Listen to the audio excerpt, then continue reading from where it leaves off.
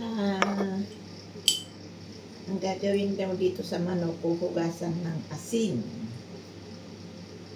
para malinis. Ganyan. Lilinisin daw ng asin ang manok.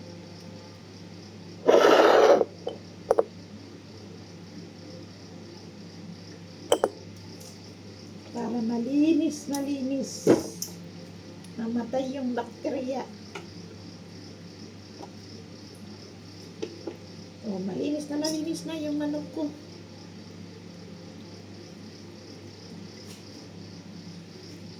Ito, use a salt for the chicken skin. Para malinis yung manok. Linisin ng maayos.